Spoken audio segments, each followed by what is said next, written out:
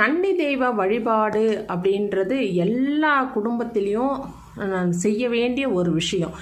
ஏன்னா நம்ம தலைமுறையை தாண்டி நம்ம தாத்தா பாட்டி அவர்களுக்கு முன்னாடி இது 3 தலைமுறையை சார்ந்த விஷயமாக இருக்குது.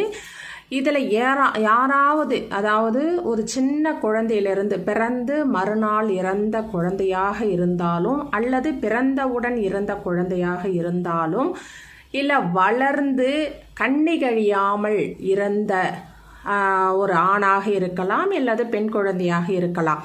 யாராக இருந்தாலும் நம்ம வீட்டில் ஒருத்தர் இறந்துருக்காங்க, ஒரு குழந்தை கண்ணி கழியாமல் அப்படின்னு சொன்னால் அந்த குடும்பம் கண்டிப்பாக இந்த கன்னி தெய்வ வழிபாடை செய்யணும்.